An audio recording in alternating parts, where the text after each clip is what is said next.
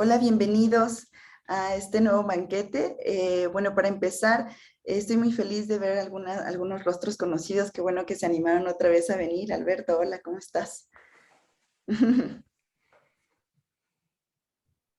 Muy bien, gracias por la invitación. Qué bien, qué bueno que viniste nuevamente. Bueno, conforme vaya ingresando la gente, voy a ir aceptando las invitaciones, pero antes quisiera, bueno, presentarles a Javier Lazo, quien es el director del Fondo de Cultura Económica Ecuador y quien esta tarde nos va a dar unas palabras para iniciar esta colaboración con 17 Instituto de Estudios Críticos. Javier. Gracias, Ariadna. En medio de cuestiones filosóficas que son maravilloso poder plantearlas en unos contextos en donde todavía hay mucha gente que se pregunta ¿para qué sirve la filosofía? Y este diálogo es una demostración inequívoca de que sirve para muchísimas cosas, empezando porque nos ayuda a reflexionar, a entender el mundo que nos rodea.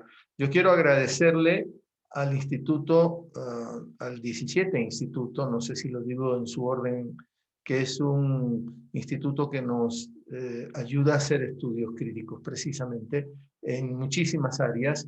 Está Hazel Zárate representando al instituto y también está con nosotros el responsable de la charla de esta tarde y noche, Lorenzo Rocha, que es un arquitecto, es un maestro en teoría crítica, y si es arquitecto, evidentemente estamos frente a una persona que conoce de los espacios, de los territorios, que sabe moverse en ellos, que define sus utilidades, cuáles son sus límites, por dónde transitar en ellos, ¿no?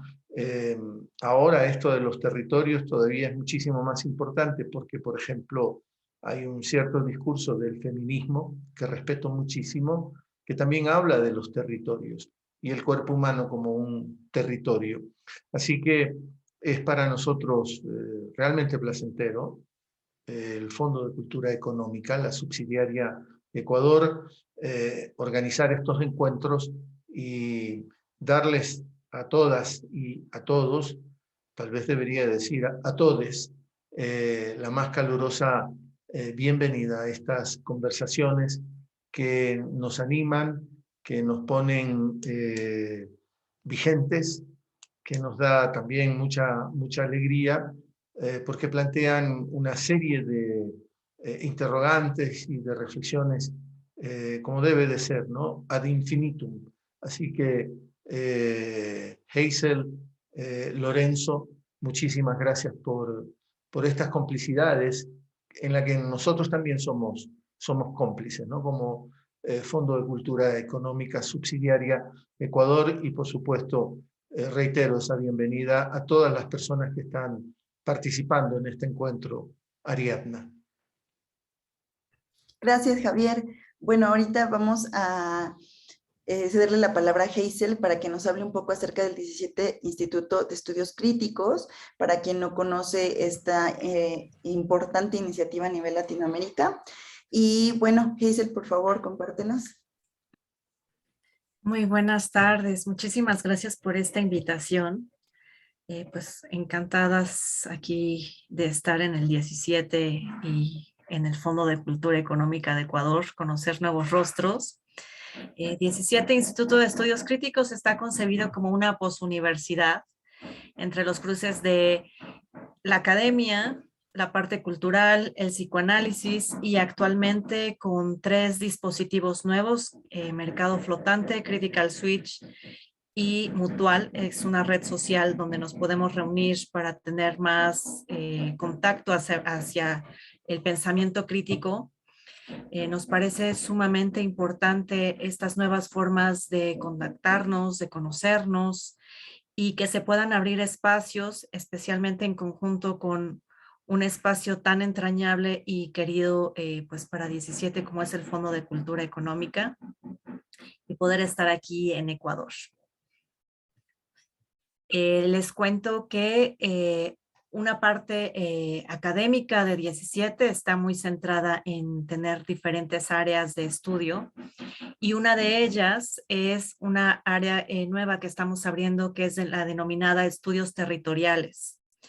Y en esta área de los estudios territoriales nos acompaña y la está encabezando Lorenzo Rocha para hablarnos de la importancia de aquello que parece invisible. O sea, como que a veces nos cuesta un poquito replantearnos cómo está nuestro espacio, nuestro hogar, la calle que cruzamos, esta frontera que habitamos, ¿no? Entre lo urbano y lo comunitario. Así que, pues, Lorenzo está por abrir un certificado en estudios territoriales con 16 semanas de duración, combinando un modelo híbrido que nos ha funcionado bastante bien en 17, que es pensarlo desde la máquina de escribir, pero también tener este tipo de encuentros, ¿no? Ver a la otra persona de forma presencial y poder estar ahí presente. De esta forma, lo que pretende el certificado es poder generar una discusión sobre el espacio en el que habitamos, aquello que se hace invisible, el espacio en el que no solo habitamos, laboramos, comemos, residimos, nos movemos. Ese espacio que últimamente pues recae en manos de muchísimas inmobiliarias, por lo menos acá en Ciudad de México son monstruos que se están diseñando. ¿Y dónde está quedando este espacio en las manos de quienes diseñan, ¿no? Como con esta tradición arquitectónica que se ha venido dando desde tiempos inmemoriales, ¿no? El diseño de la urbe como un espacio tan importante, el diseño de la comunidad como un espacio que puede sostener. Así que están pues cordialmente invitadas a ser parte de esta propuesta académica y pues cualquier cosa estamos aquí siempre en 17 repensando los espacios propiamente. Muchas gracias, Gesell. También quería comentarles que si requieren información acerca de este diplomado u otros, porque tienen bastantes, pueden consultarlo en su página web de 17 Instituto de Estudios Críticos. Bueno, igual si nos puedes compartir capaz en el chat el link para que puedan ahí consultarlo. Bueno, voy a proceder a presentar a nuestro invitado. Lorenzo Rocha es académico de número en la Academia Nacional de Arquitectura, colaborador regular de Milenio Diario desde el 2006, director de la Oficina de Transformación Urbana, la revista Espacio, Arte Contemporáneo y Oficina de Arte, un espacio para residencias artísticas en el centro de la Ciudad de México. Entre sus libros destacan Ensayos sobre fotografía y arquitectura, por Dinamita en 2011, Arquitectura Crítica, Proyectos con Espíritu Inconformista de Turner en el 2018 y Comunidad en Obra, la construcción de espacios sociales en Turner 2022. Creo que es la última obra que tiene, esperemos que después la tengamos en la librería. Y bueno, sin más, te cedo la palabra, Lorenzo. Muchas gracias por haber aceptado la invitación y bueno, ese es tu espacio.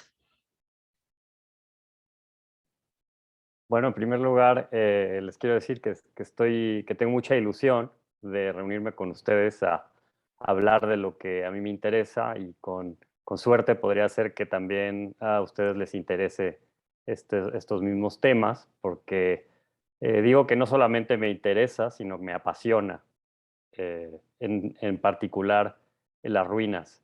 Entonces, en primer lugar, pues muchas gracias al Fondo de Cultura Económica, institución pues ya tradicional en la difusión del pensamiento, que tiene sedes en todos los países de habla hispana prácticamente, y saber que pues en el Ecuador hay este especial interés no solo por difundir ese pensamiento, sino por también contribuir a crearlo, ¿no? Porque una reunión en la que podemos hablar, discutir sobre un tema, circunstancialmente ahora desde luego el mío pues es el del espacio, del territorio, de lo urbano, de lo arquitectónico, pero en el futuro tengo conocimiento que habrá otras sesiones con personas de 17 Instituto que tratarán otros temas filosóficos, pues un poco para parafrasear, digamos, esa necesidad de que la filosofía juegue un papel importante nuestras vidas.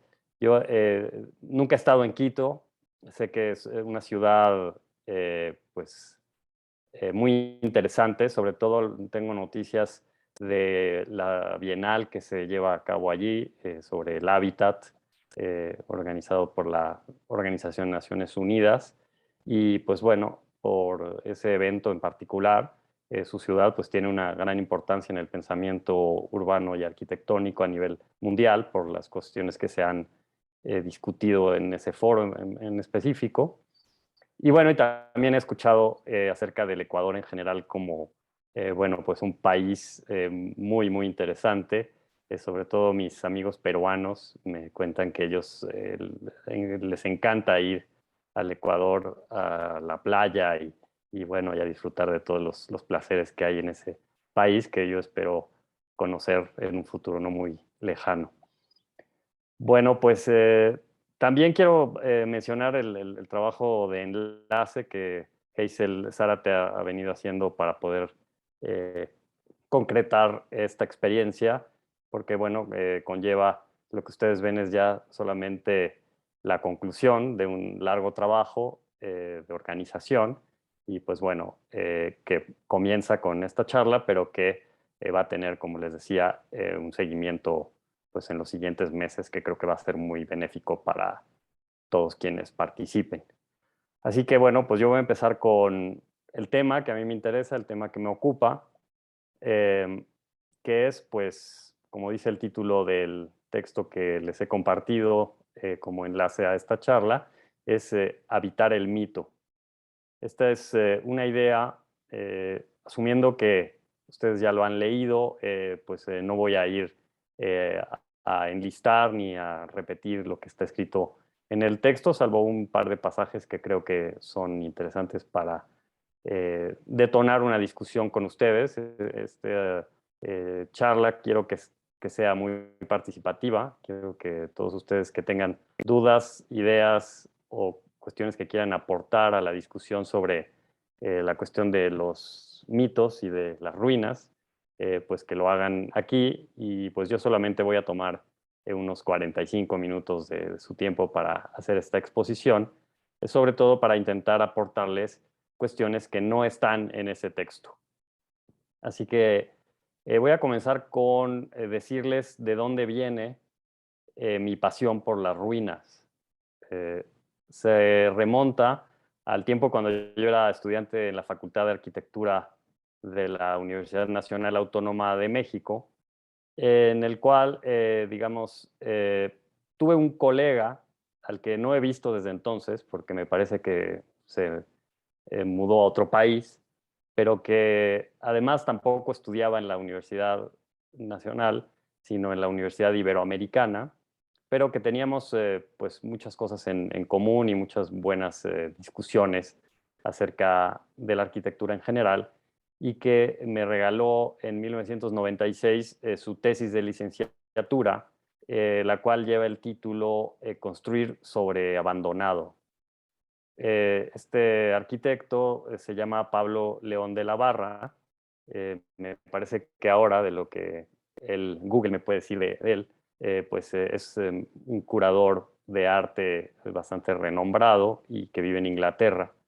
Y no he sabido más de eso, pero yo todavía tengo en mi librería esta tesis de la cual se imprimieron 33 ejemplares, que se llama Construir sobre abandonado, del cual quiero leerles unos aforismos que me parecen muy adecuados para la discusión que quiero que tengamos el día de hoy. Antes de pasar a eso, también quiero comentarles que yo dedico una buena parte de mi tiempo, ya como lo ha dicho Ariadna, a la escritura, a la labor académica, a la investigación, y también en la Oficina de Transformación Urbana nos dedicamos a la construcción, que pues parece ser, digamos, no la actividad fundamental de la arquitectura, porque es consecuencia del proyecto y de las ideas arquitectónicas, pero sí una parte, digamos, que personalmente yo disfruto en especial, cuando esas ideas, esas reflexiones, toda la teoría en la que pasamos tantas horas escribiendo y discutiendo, se materializa de alguna manera en objetos que las personas pueden habitar y que pueden incluso apreciar como construcciones nuevas y antiguas. Entonces, en ese mismo año de 1996, cuando les digo, yo era estudiante del último año de arquitectura, en la carretera que lleva de la ciudad de Querétaro a San Miguel Allende, en el noreste de la República Mexicana, el pueblo donde nació mi padre, que es San Miguel Allende, el cual yo visitaba frecuentemente, siempre por la carretera veía yo una tapia, una barda muy grande, abandonada, que utilizaban para escribir mensajes políticos cuando había elecciones o para pintar publicidad sobre los conciertos de las músicas de banda de los Tigres del Norte y de esas cuestiones que se escuchan en México. Y esa barda me llamó tanto la atención que alguna de esas viajes en carretera decidí pedir que pararan el coche e ir a ver exactamente qué es lo que representaba esa barda. Y me di cuenta que era una hacienda abandonada. Y entonces me interesó muchísimo y regresé en otra ocasión a hacer unos dibujos a lápiz sobre esa construcción abandonada. Y después, más adelante, fui involucrándome cada vez más en estudiarla, en intentar crear un grupo para saber más acerca de esa construcción. Tomé todas las medidas de la construcción, la dibujé, etcétera. Y bueno, eso quedó por ahí en proyectos por venir durante muchos años, hasta que después de haberme graduado, mucho tiempo después, supe que esa construcción estaba en venta, porque había pertenecido a un ejido, que era el tipo de propiedad comunal que existió pues, en México a partir de la Revolución, pero que en los años 90, por la primera transformación de nuestro partido eterno, el revolucionario institucional, en su giro hacia el neoliberalismo, permitió que esos ejidos comenzaran a desincorporarse y que los ejidatarios tuvieran la facultad de vender partes de sus tierras que ellos desearan. Así que pues esa hacienda se puso en venta y yo convencí a un notario de San Miguel Allende de que era una muy buena oportunidad y que la comprara. Y así lo hizo. Fue un proceso legal muy, muy largo. Y desde entonces estoy muy cerca con el propietario de la construcción, al cual yo, mediante apoyos que también he conseguido por parte del gobierno y de algunos inversores, he conseguido que se contratara a historiadores, sociólogas, a otros arquitectos y arquitectas especializados en restauración, y yo mismo he participado en ciertas intervenciones en este espacio, que después les voy a montar unas fotografías, pues que mediante esa construcción, que todavía está en proceso y que seguirá en proceso no sé por cuántos años más, pues demuestra de alguna manera que eso que yo llamo la pasión por las ruinas no solamente se manifiesta por escrito, sino de manera material. Así que, como habrán leído probablemente, yo publiqué este año el texto Habitar el mito en una revista electrónica española que se llama Materiales Concretos. El propio título también me parece evocador. Justamente es una manera de expresar esta idea que les acabo de decir de la paradoja entre la teoría y la práctica. Pero bueno, en Materiales Concretos admitieron mi texto para publicación, lo cual pues desde entonces me ha dado mucho ánimo para seguir reflexionando acerca de la cuestión de las ruinas. Entonces les quiero hablar también de cómo entiendo yo esto que en el texto describo como pasión por las ruinas. Curiosamente, se fundamenta en dos términos que provienen del idioma alemán. Uno es Ruinenwert y el otro Ruinenlust. Ruinenwert es, digamos, se puede traducir como el valor de las ruinas. Y es un concepto que Albert Speer, el arquitecto del régimen nazi, trató de llevar adelante como parte de la propaganda encarnada de alguna manera en la construcción y también en los proyectos utópicos de Germania, de la que tenía que ser la capital del imperio nazista, si es que hubiera ido más adelante, el Tercer Reich, la Tercera República, diciendo que las ruinas tienen un valor incluso como ruinas, incluso cuando un imperio ha desaparecido, como el Imperio Romano, sus ruinas, que pueden ser descubiertas hoy en día, si fueron bien construidas, todavía dan cuenta en la actualidad de la grandeza de ese imperio. Y entonces Speer, de manera, pues no sé si algo siniestra, decía que las construcciones de la Tercera República Alemana tenían que también tener esa capacidad de convertirse en ruinas valiosas, para que quizá en 1000 años quien las descubriera encontrara que ese imperio también fue de importancia como lo fue en su día Roma. Y el otro término, un poquito más agradable que un término nazista, el término Ruinenlust, también inventado en alemán, que quiere decir pasión por las ruinas o placer por las ruinas.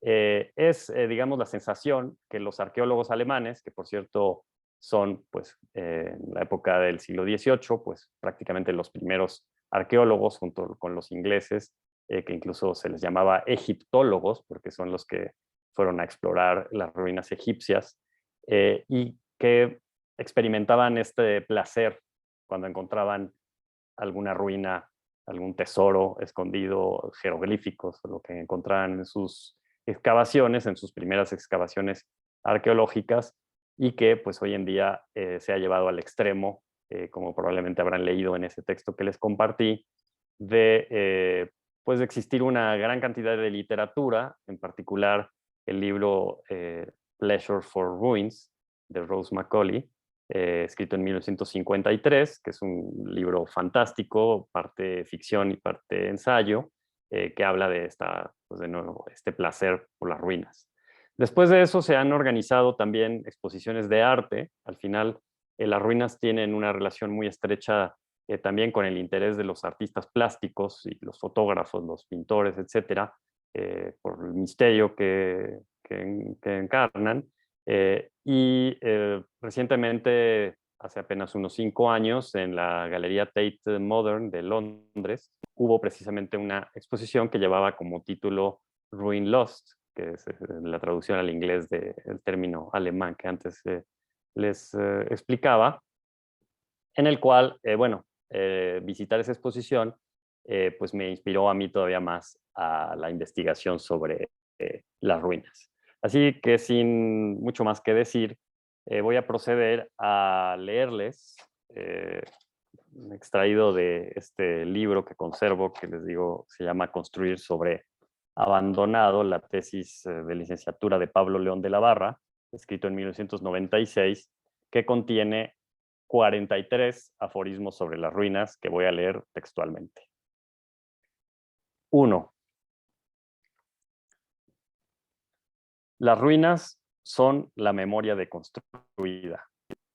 2. Deconstruye el hombre, el tiempo. 3. Las ruinas son sobrevivientes del olvido. 4. La piel de una ruina muestra sus heridas, sus arrugas, moretones, costras, cicatrices, operaciones, violaciones.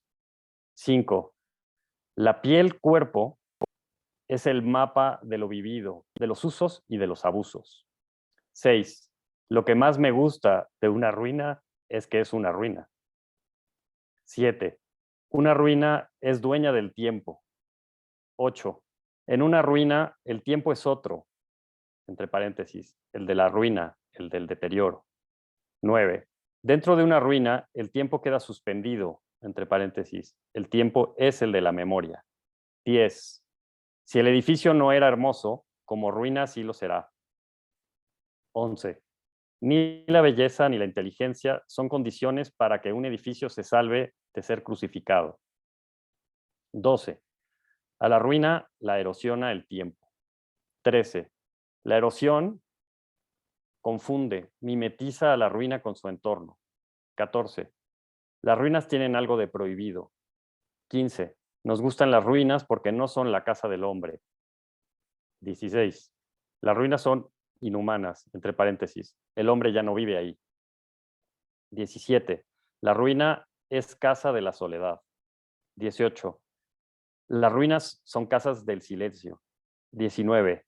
El único sonido es el de la propia ruina. 20. La ruina es la casa de la contemplación. 21. En toda ruina existe un templo. 22. La ruina no tiene arquitecto. 23. No hay autores de ruinas. 24. Las ruinas son anónimas. 25. Los espacios en una ruina adquieren nuevos significados. 26.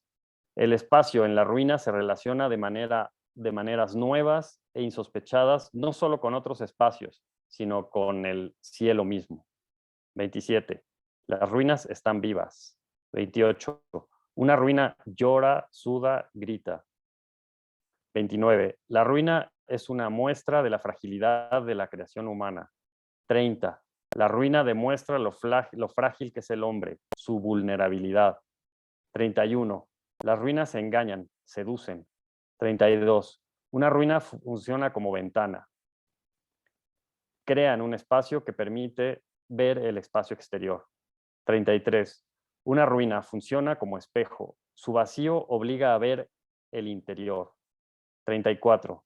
Toda ruina guarda dentro de sí la posibilidad de ser rescatada. 35. Toda ruina nos da la esperanza de poder salvarnos, de sobrevivir. 36. Toda ruina puede ser destruida. 37. Solo sobreviven los fuertes de espíritu. 38. Son las mutaciones, los trucos de los edificios para sobrevivir. 39. Las ruinas dan miedo. 40. Da miedo caer en el olvido. 41. El olvido entierra a sus muertos en un cementerio sin nombre. 42. Al rescatar en la memoria una ruina, hay algo de nosotros que también rescatamos. 43. Al olvidar o destruir una ruina, hay algo de nosotros que también muere. Bueno, pues estos son los 43 aforismos de Pablo León de la Barra, que, pues, digo yo, sembraron la semilla en mí para tener pasión por las ruinas. Ahora quiero mostrarles unas fotografías de este sitio del que les hablé antes, que se llama La Labor de Santas Marías. Así que voy a hacerlo compartiendo la pantalla. Primero les voy a mostrar una serie de fotografías del sitio donde se notan apenas mis intervenciones, donde casi no se notan mis intervenciones, y después les mostraré otras donde ya se podrán ver, digamos, perdón. Siempre tengo algo de dificultades para mostrar fotografías. A ver, no sé si están viendo una fotografía de una plaza de piedra. ¿Se ve? Sí, se ve, Sí, sí Lorenzo. se ve. Ok. Sí, porque si no comienzo a hablar de algo que, digamos, no se puede ver. Entonces, esto que ven aquí es esa barda de la que les hablaba, pero ya restaurada. Esa plaza no existía, esa plaza la construí yo. También las trancas ahí, cerramiento que hay del lado derecho de madera, es algo que construí yo mismo. Y ahí se ven apenas unos cuantos árboles que había sembrado en esta época. Y esto que ven aquí, esa parte de la hacienda, es la que solía tener pintado encima los mensajes sobre el candidato a elegir o sobre la banda que iba a dar un concierto ahí en la población. Ahora este es de modo como se ve. También después de esta intervención, que fue en el año 2015,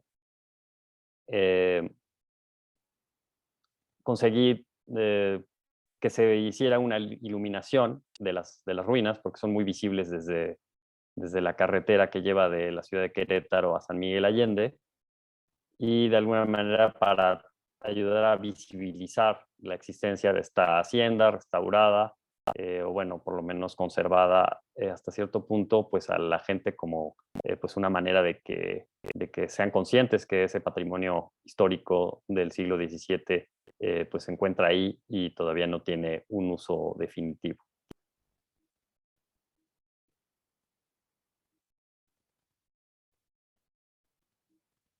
A ver, hay un pequeño problema que no avanzan las diapositivas. Perdonen, ¿eh? Voy a tener que volverlo a parar. Me disculpo porque soy bastante poco hábil para, No, no te preocupes, Lorenzo, todo bien. para mostrar fotografías. Quizá lo tenga que hacer sin pantalla completa y quizás sí funcione de esa manera. Ahora retomo esto que estaba diciendo. Bueno, entonces, de nuevo, estamos aquí en la cuestión que les decía de la iluminación de las ruinas. Una cuestión que he decidido, han sido varias intervenciones, una en el año 2009, bastante importante, que no llevé a cabo yo, que llevó a cabo más bien el arqueólogo David Pineda, la socióloga Casila Barajas y otros colaboradores, el historiador Arturo Hidalgo, que se pusieron a investigar pues, el origen de esta construcción, a quién perteneció, quién la mandó a hacer, de qué época es, etcétera. De hecho, Hidalgo pues, viajó a España, al Archivo de Indias, para encontrar documentos que le pudieran orientar acerca del origen de esta construcción, y los encontró. Era una encomienda, lo que la colonia española daba a los tenientes de la conquista, como una época, digo, como una extensión de tierra para explotarla a su manera. Y esta persona, el primer propietario de la ruina, construyó estos que son graneros para almacenar el maíz, que son pues edificios muy sólidos porque el maíz se almacenaba a granel, y que pues también tienen este aspecto de fortificación, porque de alguna manera en ese tiempo no circulaba tanto el dinero, sino que se pagaba con maíz, así que eso tenía que estar bien resguardado, y pues aquí vemos una de ellas. Primero durante la independencia de México, esta hacienda fue prendida en llamas y perdió todos los techos, y por eso es que dentro de ella han crecido árboles.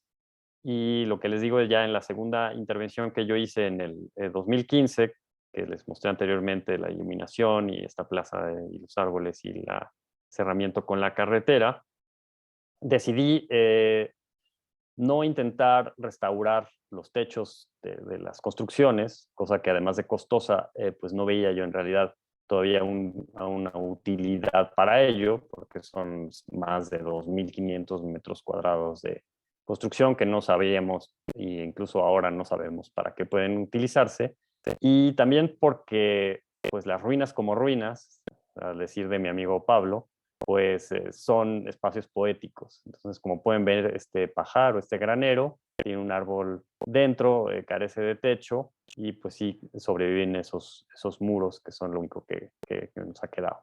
Otros de las partes de la hacienda pues tampoco tienen sus muros completos, porque hubo un gran saqueo de piedra de los pobladores cercanos, piedra que era ya muy buena y de buenas dimensiones, y la estuvieron robando o extrayendo de ahí para sus propias casas durante mucho tiempo, porque nadie realmente ponía atención en preservar esta ruina, y entonces muchas de esas partes no las hemos reconstruido. Por ejemplo, lo que ven aquí es una era, que es un espacio circular donde se ponía todo el maíz una vez que se secaba, y se ponían unas mulas a caminar por encima del maíz para desgranarlo, para separar el maíz de la mazorca. Ahí está de pie mi amiga Charlotte, que es una de mis colaboradoras en la oficina. Nosotros, además de restaurar la era, también la intervenimos. Se ese pavimento de piedra no existía. Lo hicimos nosotros ya en nuestra segunda intervención en el año 2015. Aquí tenemos otro aspecto del patio central de la hacienda, el que asumimos que contenía las caballerizas, porque ahí hay vestigios de un abrevadero de caballos, y también hay algunas dependencias que pudieron haber sido habitaciones, aunque no tenemos ninguna evidencia de ello, pero sí por sus dimensiones, pues esta es la parte central de la hacienda, que se mantiene, como les digo, todavía como en ruinas, pero en ruinas restauradas. Bueno, pues estos son otros aspectos de estos espacios. Por ejemplo, son espacios que no tienen ventanas porque eran espacios de almacén de grano y solo tienen esos pequeños aberturas como esta que se ve que es un pequeño cuadrado donde se ha puesto una paloma, que era para ventilar, digamos, el espacio, pero pues no eran espacios habitables para personas. Aquí tenemos otra vista de ese pajar que está exento de la hacienda, donde vemos esas columnas que en realidad no lo son contrafuertes que sostenían un muro, el empuje lateral de ese muro, pero que fueron sustraídos por las personas que saquearon la piedra durante todos esos años que les contaba antes para utilizar en sus propias construcciones. Entonces lo que quedó fue 3 muros, 3 columnas ahí sueltas y el árbol que creció dentro. Esto ya lo vimos. Y esta es una de mis primeras intervenciones también, afuera justo de la hacienda, en una parte que ha sido donada a la comunidad porque es un camino de paso, a pesar de que en las escrituras de propiedad de la hacienda figura dentro de esa delimitación, pero ha sido cedida, digamos, a la comunidad para su paso. Y ahí diseñé y construí esta pequeña rotonda, pues un poco para un espacio público donde pueden sentarse la gente a esperar el autobús o a conversar. Este es otro aspecto del estado de conservación. De nuevo, no restauramos todo el estuco, sino solamente lo consolidamos para que no se siga desprendiendo. Entonces, conserva al mismo tiempo esta cuestión de espacio restaurado, pero también un espacio en ruinas.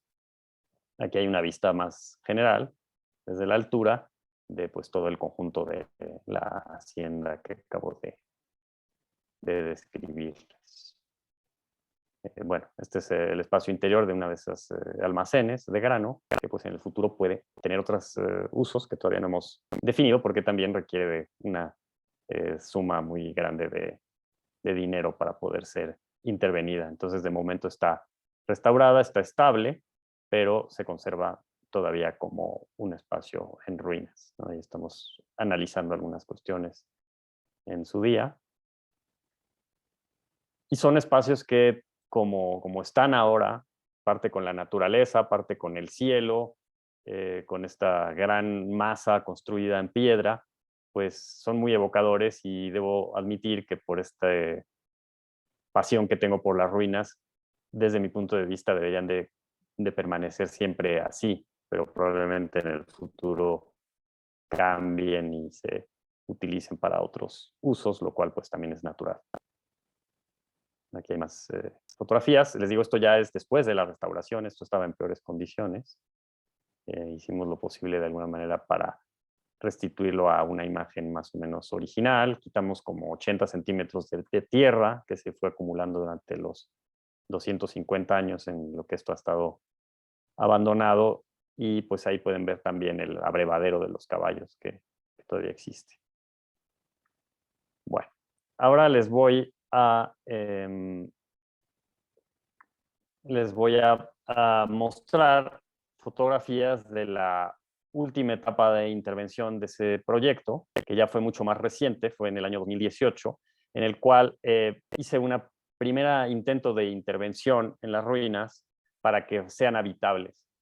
Entonces, la estrategia que seguí para ese proyecto fue la de hacer estas habitaciones aledañas a las ruinas y no dentro de las ruinas, de tal manera que permitan el uso humano necesario de todas las comodidades que requerimos para habitar ahí, pero sin todavía tomar esa decisión o dar ese paso a la intervención física de las ruinas, sino la construcción prácticamente de una casa, de un almacén, de baños, de la cocina, de salón de reuniones, para que algunos artistas que han estado visitando el lugar puedan dormir ahí, organizar sus exposiciones, sus investigaciones alrededor de la propiedad. Y entonces esto es pues lo que les voy a mostrar, lo más reciente que he construido en torno a las ruinas que antes les mostré. Y esto pues ya es, digamos, una construcción totalmente actual, por así decirlo, que pretende tener un cierto diálogo con lo antiguo. Entonces, aquí pueden ver este muro, que es uno de los originales, ahí donde está estacionado mi coche, que también es un coche antiguo que aprecio mucho. Como ven, tengo pasión por las ruinas, pero también por los objetos antiguos, como puede ser un automóvil Volkswagen del año 72. Y aquí esta es la parte, digamos, del pajar, el que les mostré que tiene un árbol dentro, pero por la parte de atrás.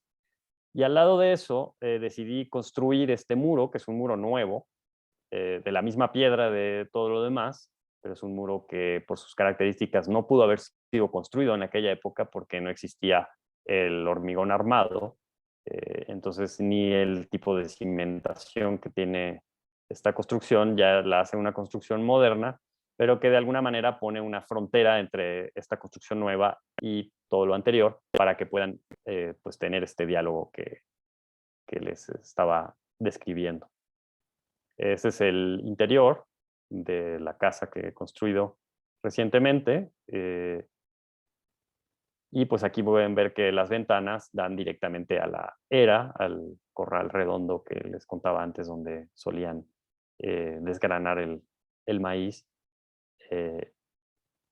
Pero por este muro, de alguna manera, sigue habiendo una separación entre lo antiguo y lo nuevo.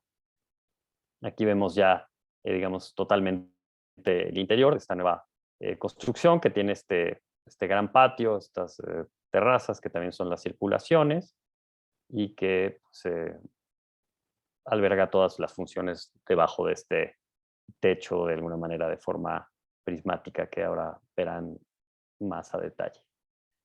También coloqué ahí unas escaleras metálicas para poder subir a la terraza de la azotea del lugar, desde el cual también se aprecian muy bien las vistas de las ruinas y de todo el valle donde se localiza esta construcción. Aquí hay otra fotografía de este espacio nuevo que yo hice, digamos, dándome toda la licencia y libertad de expresarme como arquitecto contemporáneo, sin ningún, digamos, tributo directo a la arquitectura antigua, porque yo pienso que pues todas las épocas tienen derecho a expresarse con sus propias ideas y considero no muy adecuado la imitación de lo antiguo por parte de lo nuevo, pero sí se puede ver ya por los reflejos en estos cristales de que pues uno y otro se encuentran de manera inseparable. También se puede ver en esta fotografía en la cuestión de que no se está negando, digamos, el emplazamiento donde se encuentra la construcción, a pesar de que este muro es nuevo, es una especie de transición entre ambas épocas, el siglo XVII y el siglo XXI, pues de alguna manera lo separa esta línea solamente, ¿no? Esta es pues, una fotografía tomada desde la terraza de la azotea del lugar, a la que se llega por esas escaleras metálicas y que tiene el privilegio de poder gozar de la vista no solamente de las ruinas antiguas, sino de todo ese valle y montañas que son realmente maravillosas. Aquí podemos ver un poco más ya materialmente cuál es la relación visual que hay entre esta terraza y las partes de la hacienda. Pues, Lorenzo, yo no estoy viendo el cambio de la imagen. Ahora no ves que ha cambiado, perdón. No, yo me quedé con la primera imagen que compartiste, que se ve el reflejo de la construcción en Uy, ruinas. pues lo siento mucho. He estado pasando todas las fotografías y hablando, asumiendo que ustedes están viendo lo mismo que yo. Y yo pensé, dije, ¿qué onda? Sí, eso es algo muy extraño. Gracias por decírmelo, Ariadna, de Zoom, algo que todavía no he entendido yo, cómo funciona. no sé si realmente, o sea, cuando voy a la opción de compartir pantalla, Ujú. pues le doy, digamos, a la que quiero compartir y luego voy avanzando, pero al parecer no. Vamos a ver si puedo hacerlo de otra manera. Claro, sí, nosotros creo que Eh, nos quedamos en la primera nada más. bueno, es que a ver, no, lo siento, pero no sé cómo hacerlo. Uf, pues qué pena. Eh, entonces, siguen viendo solamente la primera fotografía, o sea, la del coche Volkswagen, supongo. Ah, sí, o sea, bueno, donde estaba como la construcción nueva y en el reflejo se Ajá, veía las ruinas, ¿no? Es cierto que estaba haciendo la intervención. Ahorita solamente veo, dice fotos labor, entonces no hay o sea, más. una carpeta o algo así. Ajá, exacto. Bueno, pues lo siento mucho, creo que no puedo hacer nada al respecto. Quizá Después podría te va a compartir un tocar, video. ajá, o si tienes Este, video o también puedes optar por la opción de abrir una por una, porque creo que como ahorita están todas seleccionadas, tú sí las ah, ves en tu, como en Mac sí tiene esta función de que puedes irles moviendo y se van cambiando automáticamente, pero creo que eso no lo reconoce Zoom. sí, ¿Quieres seguramente. enviarme las imágenes, Lorenzo, al correo y las presento yo? No, prefiero abrir el video porque asumo que si yo pongo el video, pues, o sea, el video es un pase de diapositivas de todas las imágenes. Entonces, eh, voy a intentar hacerlo por medio del video y prácticamente, digamos, no tengo mucho más que decir, solamente voy a mostrarles el video y con eso concluiré nada más con una frase de Rose Macaulay y ya podemos pasar a la discusión porque creo que incluso estoy tomando demasiado tiempo con estos problemas técnicos. Así que bueno, voy a ponerles este video. Ahora que lo ponga, por favor díganme si lo ven o no lo ven. Y adelante. Sí, sí se está viendo. Ok.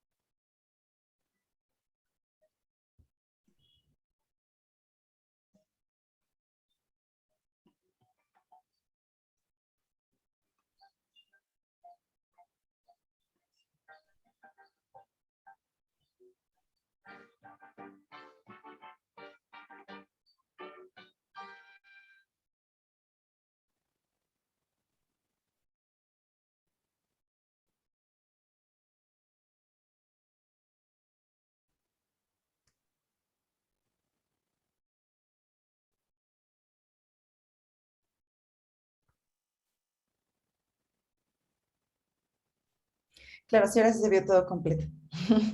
Bueno, menos mal. Quizá hubiera empezado por ahí. Bueno, pues quiero concluir entonces la charla solamente con la lectura de un pasaje que utilicé para cerrar el argumento del texto Habitar el mito, del cual si quieren apenas termine pueden hacer todas las preguntas o discutir que discutamos lo que deseen acerca de él, y es esta parte que llamé o que se llama Ruinas Nuevas. Y dice, Rose Macaulay publicó en 1953 un fantástico libro titulado Pleasure of Ruins. El libro se trata sobre la atracción que provocan sobre nosotros las ruinas antiguas. pero culmina con una nota muy interesante y poética, A Note on New Ruins. En el texto, Macaulay elogia los elementos que el tiempo y el abandono aportan a la atmósfera de las ruinas, y empieza la cita. Las ruinas nuevas aún no han adquirido la pátina del tiempo ni la herrumbre auténtica de las guerras de los varones. Aún no se han cubierto con su manto de hiedra, ni se han equipado con su apropiado bestiario de lagartijas, murciélagos, búhos, culebras, sapos y pequeños zorros, como los que pueden observar los exploradores de ruinas. Las ruinas nuevas permanecen por un tiempo desnudas, sin vegetación ni criaturas, ennegrecidas y mudas, oliendo a fuego y mortalidad. La fascinación que nos provocan las ruinas, sean abandonadas o habitadas, radica en la transmisión poética e imaginaria de los sucesos ocurridos en ellas en el pasado. Es una subjetivación del espacio arquitectónico, es la proyección que hacemos de nuestros deseos y aspiraciones actuales a objetos del pasado. Eso es lo que atrajo a Agatha Skowronek a las casernas de la Domstrasse. Por cierto, es algo que se trata aquí en el texto y no voy a abundar. Lo que atrae a los turistas a viajar miles de kilómetros hasta México, Perú, Atenas, Roma o Egipto, solo para ver pirámides y edificios derruidos. Lo que describe Macaulay en la introducción de su libro, quizá preferiríamos ver Troya, Atenas, Corinto, Roma o Paestum del modo como lucían hace 2000 años. Pero esto es imposible. Su belleza corrompida es todo lo que queda de su antigua magnificencia. La atesoramos como los fragmentos que restan de algún noble poema que se ha perdido. Subjetivación que las ideologías imperiales del siglo XX consideraron una estrategia idónea para su propia propaganda política expresada en la construcción. Pues muchas gracias por escucharme y estoy abierto a cualquier pregunta o idea que tengan los participantes. Esperemos que se animen porque a veces vienen un poco, como decimos en Ecuador, acholados, que es como con penitas, ¿sí? A ver si alguien quiere hacer una pregunta. Si no, mientras, yo te quería hacer una pregunta, Lorenzo. Por falta de tiempo y más bien porque tengo lecturas para unos talleres que estoy tomando, no puedo leer el texto, pero sin embargo escuché dos presentaciones del libro que tuviste y ahí escuché acerca bueno, por ejemplo, de tu pasión por Le Corbusier. Y bueno, comentaban algo acerca de, por ejemplo, que habían algunos arquitectos que estaban comprando casas hechas por él y que intentaban recuperarlas porque a veces tenían modificaciones, ¿no es cierto? Las mismas casas. Y querían como que se regresara a ese mismo estado de cómo se había construido desde el principio. Entonces ahí me quedé un poco como pensando en esta relación con la ruina, ¿no? Cómo el uso de un espacio arquitectónico se puede modificar a partir también de quien lo habita, ¿no? En el caso, parece que alguien habita esta construcción que hiciste en las ruinas que encontraste, y también me parece interesante cómo se puede, o sea, cómo reusar el espacio, porque estaba destinado a una función especial y ahorita se resignificó, ¿no? Como uno de los aforismos que leíste acerca de que las ruinas es como esta de construcción también arquitectónica. Entonces quería preguntarte más o menos cómo tú ves esto del uso de los espacios y más ahora, por ejemplo, que estamos, bueno, que después de la pandemia, algunas personas todavía en Ecuador están en teletrabajo y ha cambiado evidentemente su relación con el espacio. Y esto en relación también a lo que tú decías, como estas intervenciones en estos espacios arquitectónicos que también se vuelven como históricos, ¿no? Bueno, me imagino que estos videos a los que haces referencia son de las presentaciones de mis últimos 2 libros, uno que se llama Arquitectura Crítica y el otro que se llama Comunidad en Obra, que tienen ese argumento, si es verdad, que acerca de los motivos por los que las personas hoy en día tienen el interés de recuperar espacios o viviendas obreras hechas por Le Corbusier en los años 40, pero que es por motivos distintos, ¿no? Mientras que Le Corbusier esas viviendas las construyó precisamente para albergar, digamos, a esa clase obrera en condiciones mínimas y, digamos, con una idea futurista de, de la casa como máquina de habitar. Ella, digamos, la intención de los que las rescatan hoy en día es muy distinta. O sea, las tienen como objetos de culto, por así decirlo. Incluso la mayoría de las personas que han comprado esas casas y las han restaurado son arquitectos que tienen una carrera exitosa y que se quieren comprar una casa de Le Corbusier, lo cual, de alguna manera, en arquitectura crítica, en ese texto, yo expongo como un mecanismo de desvirtuación, digamos, del espíritu original de la construcción. Pero claro, es poco tiempo, digamos, el que ha pasado entre esas construcciones y su rescate. O sea, creo que ese fenómeno se ve mucho más claro mientras más tiempo ha pasado entre la construcción original y su rescate. De cualquier modo, el argumento principal de Habitar el mito es precisamente que incluso lo puedo aplicar también a mí mismo y a mi relación con esas ruinas de las que les mostré fotografías. También ahí yo estoy habitando un mito. Yo no sé cómo vivieron esas personas en la colonia española. No sé cómo pudo haber sido, a pesar de que los historiadores me lo han dicho y lo han investigado, pero no tengo la experiencia, no sé cómo pudo haber sido aquello en su día, cuando funcionaba como un granero. Tampoco sé exactamente cómo fue su destrucción, la quema de los techos en estas revueltas independentistas y todo lo más que ha pasado. O sea, y porque hay una cuestión que es muy importante para mí en el estudio del espacio, que es intentar no confundir la información con la experiencia. Entonces, sí tenemos la información, pero realmente no lo hemos vivido. Entonces, lo que nosotros habitamos es un mito que creamos a partir de esa información. Y simplemente porque nos da placer. O sea, a mí simplemente por eso vamos a las ruinas incas o vamos a las ruinas egipcias. O sea, Es un placer realmente estético también al no final. tenemos ni idea, o sea, de Ah, quiénes fueron no. los egipcios, o sea, quizá de los Es incas un poco como las más, pero esculturas griegas, por ejemplo, uno, hay como esta imagen acerca de estética del mármol blanco y se creó muchas piezas para, por ejemplo, decorar espacios así como importantes con el mármol blanco y después se encuentran que están pintadas, su origen es que eran pintadas y cambia también la forma de percibirlas, ¿no? Entonces, sí, al final no sabemos de cómo estaban utilizados y por eso me llama la atención sobre habitar el mito también. claro, porque a ver, las sociedades de todas las épocas deciden qué quieren conservar de las épocas anteriores. Las sociedades de ahora, de los múltiples ahoras que van siempre sucediéndose, tienen el poder de destruir lo antiguo o de preservarlo. O sea, si lo vemos así más o menos de la ilustración hacia aquí, ha habido criterios muy distintos. Y de hecho la arqueología no existía, o sea, simplemente eran construcciones viejas de los viejos imperios que los nuevos imperios tenían que destruir para imponerse ellos como la cultura dominante, ¿no?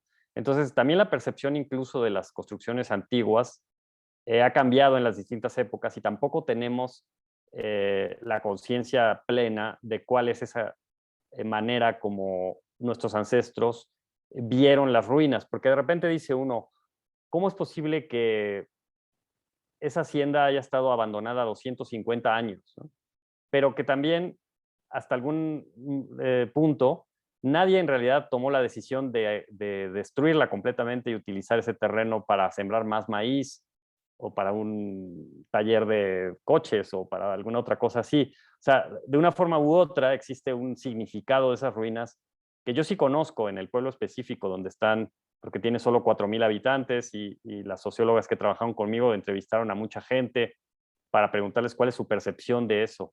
La mayoría de los habitantes de Santas Marías, de este pequeño pueblo, siguen viendo esas ruinas como lo que representa a la hacienda, a pesar de que la hacienda solo existió en el siglo XVI, pero ellos siguen viendo como al colonizador eh, en esas piedras, pero son su identidad también, porque pues juegan un papel en la tensión que existe, digamos, en esa desigualdad que existe todavía ahora, postcolonial, pero que siguen viviendo en pobreza y ven que, digamos, los de origen español, como yo, tenemos pues, más recursos y dinero para restaurar una hacienda y hacer una casa moderna allí. O sea que en realidad su percepción no está muy equivocada. O sea, el mundo postcolonial también es hasta cierto punto parecido a lo que fue lo colonial, y entonces se entiende que sigan percibiendo a las ruinas, por lo menos en ese caso particular, como la representación de esa cultura dominante que se manifiesta, digamos, en las construcciones, ¿no? Claro, y también me llama la atención que, por ejemplo, decidieron como robar, ¿no? O obtener de a poco las piedras en lugar de, por ejemplo, llegar y ocuparla. O sea, también cómo es que este espacio, dentro del mito que se construye alrededor de él, queda tan pues incrustado en sí mismo, en la historia del mismo pueblo, que hay también cierto recelo de llegar y ocuparle, ¿no? O sea, supongo que también tú, no sé si eres de ese pueblo o, bueno, ahí también me gustaría saberlo, cómo es que también tú te aventaste como así tomarlo, ¿no? Capaz, no sé si es que desconociendo este origen, te permitías también más como ocuparlo o como o la curiosidad misma que tenías acerca de las ruinas fue la que te hizo solo entregarte a este proyecto. Bueno, yo tengo relación con ese pueblo, como dije antes, porque mi padre nació en San Miguel Allende, que está a 20 kilómetros. Yo nací en la Ciudad de México, en realidad no tengo un arraigo en absoluto con él, salvo, digamos, en segunda generación, pero sí, digamos, creo que he creado, o sea, yo me he vuelto un vecino de esa comunidad por convivir con ellos, ¿no? Por nuestras relaciones, que a veces son tensas, digo, por poner un ejemplo, para poder tener agua corriente, para poder tener una toma de agua, tiene que votar el pueblo, porque el pozo de agua del lugar es Interesante. para la agricultura, etcétera. Entonces yo tuve que exponer mi caso ante el comité de aprobación del agua. Algunos me insultaron y dijeron, pero si usted no vive aquí, seguro va a comprar caballos y se va a gastar todo el agua. Y yo dije, pues no sé qué voy a hacer, no creo que compre caballos, no tengo dinero para comprar caballos, solo voy a poner unos baños como los que todos tienen en sus casas y demás. Entonces los tuve que convencer y de alguna manera establecer una relación, no solamente personal, también fue una relación profesional, porque de alguna manera pues muchas personas de esa comunidad trabajaron en la construcción, en distintas etapas de la construcción, etcétera. Y entonces he ido conociendo a la gente y volviéndome un vecino y ganando hasta cierto punto su confianza. Y bueno, el proyecto está inconcluso, todavía no sabemos a qué etapa va a pasar.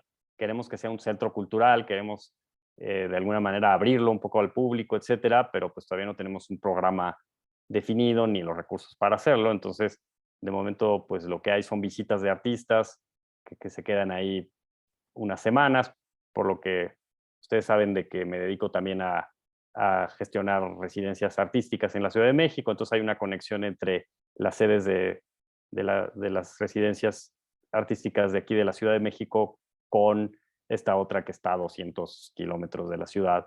Entonces, pues ahí se establece una cierta red de tránsito de gente interesada, digamos, en observar, fotografiar, intervenir o hacer cualquier cosa con estas ruinas. Es hasta donde he podido llegar de momento. Y Lorenzo, bueno, también tenía otra pregunta.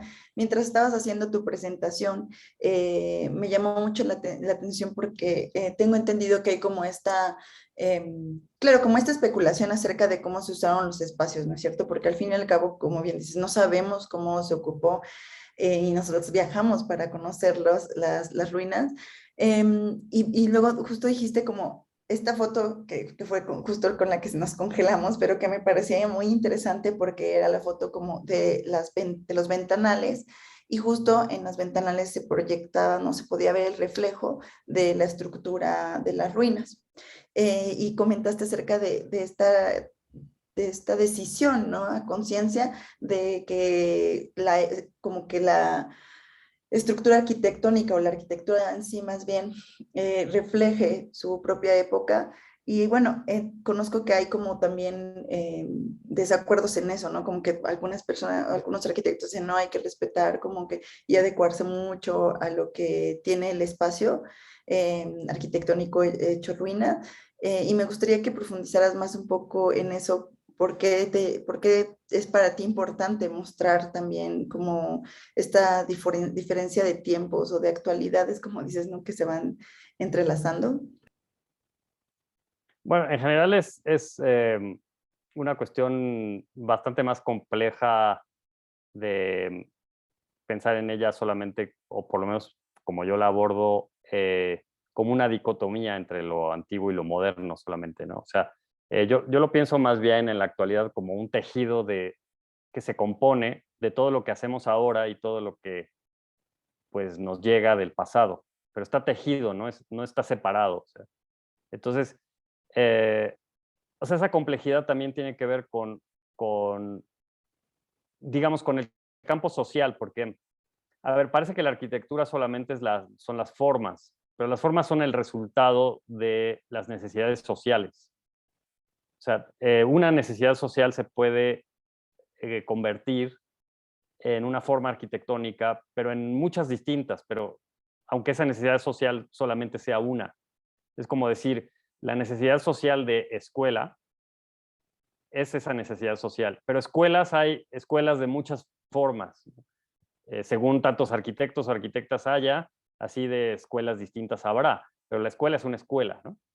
Entonces, una cosa que es para mí especialmente interesante de la labor de Santas Marías, labor es el modo como le llamaban los españoles a este tipo de construcción. Nosotros, bueno, es parte de una hacienda, pero en realidad la hacienda es como toda la propiedad y la labor son estas unidades de agricultura industrializada, ¿no? O sea, industrializada del siglo XVI, ¿no? Pero la relación de la labor o lo que me interesa de estas ruinas es que a pesar de que la agricultura todavía se lleva a cabo en esa región de la misma manera como siempre se hizo, ya no requiere de ese tipo de construcciones. Entonces, en realidad, la necesidad social que dio origen a esa construcción ya no existe.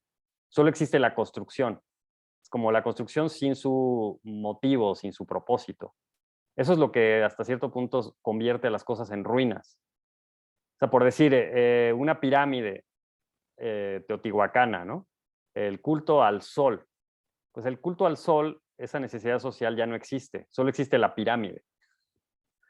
Entonces nosotros nos acercamos ya a la pirámide de una manera distinta porque nosotros no le rendimos culto al sol. Entonces, por eso es que es tan complejo, ¿me explico? Y por eso también que encuentro gran dificultad en tomar una decisión de transformar esos espacios. Y por esa razón es que preferí, por lo menos hasta donde voy de momento, construir las cosas nuevas al lado de los espacios viejos y no dentro de ellos. Todavía les digo, espero que en unos años nos volvamos a encontrar y esto haya cambiado o evolucionado y pueda hablarles de otras cosas distintas. Pero de momento, lo único que puedo presentar, digamos, ante esa necesidad social, que es la de tener una habitación para alojar artistas, por ejemplo, que es para la función que cumple esa casa, pues es una necesidad que sí existe en este momento, pero es una necesidad que deriva de la necesidad que tienen esos artistas de la energía poética de las ruinas. Entonces, ¿para qué sirven esas ruinas?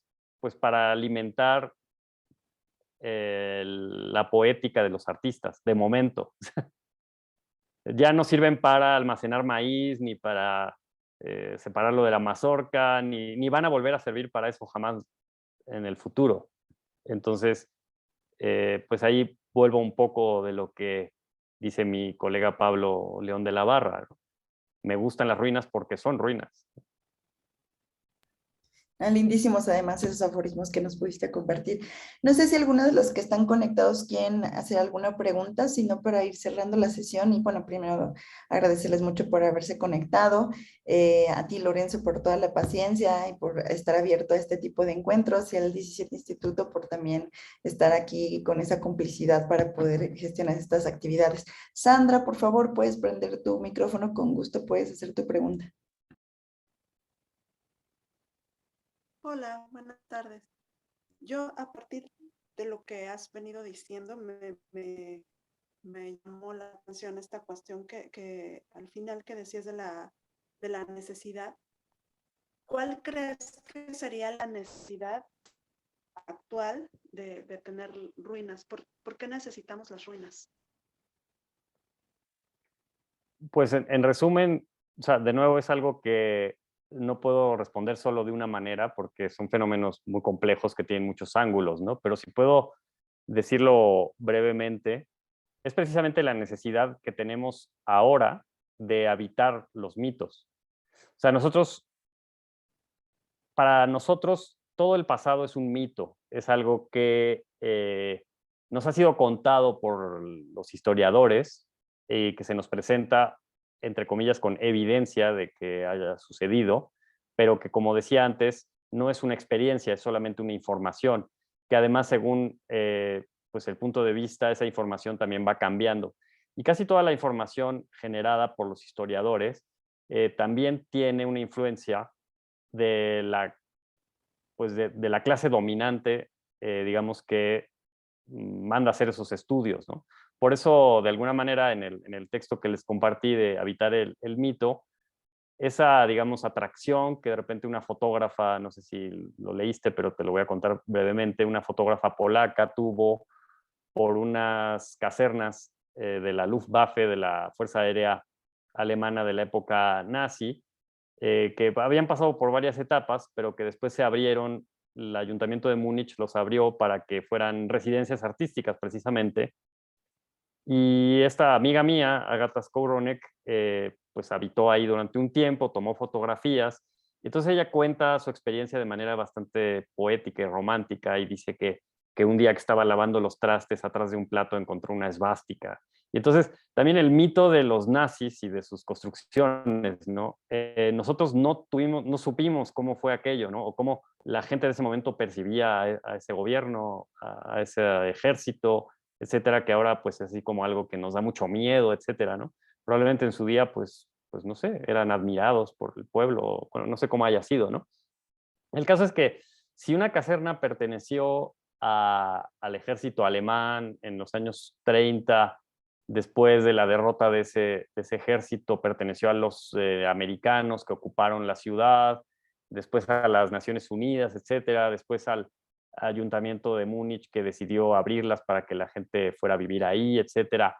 Y una fotógrafa como Ágata aprovechó eso y se fue a vivir ahí y encuentra una esvástica atrás de un plato, pues eso, está habitando un mito, está habitando lo que ella cree que pudo haber sido aquello, ¿no? Y eso es lo que hacemos todos nosotros. Tu pregunta de por qué, para qué sirven las ruinas hoy en día. Precisamente por eso, porque es una necesidad humana.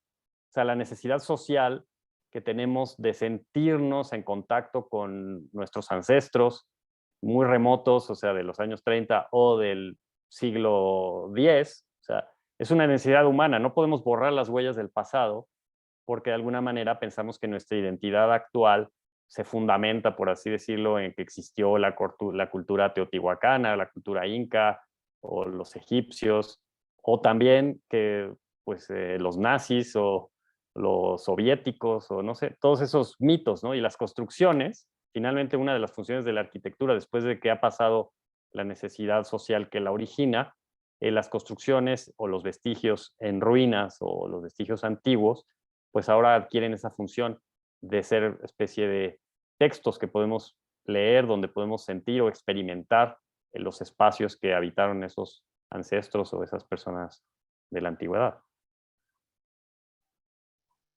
Gracias.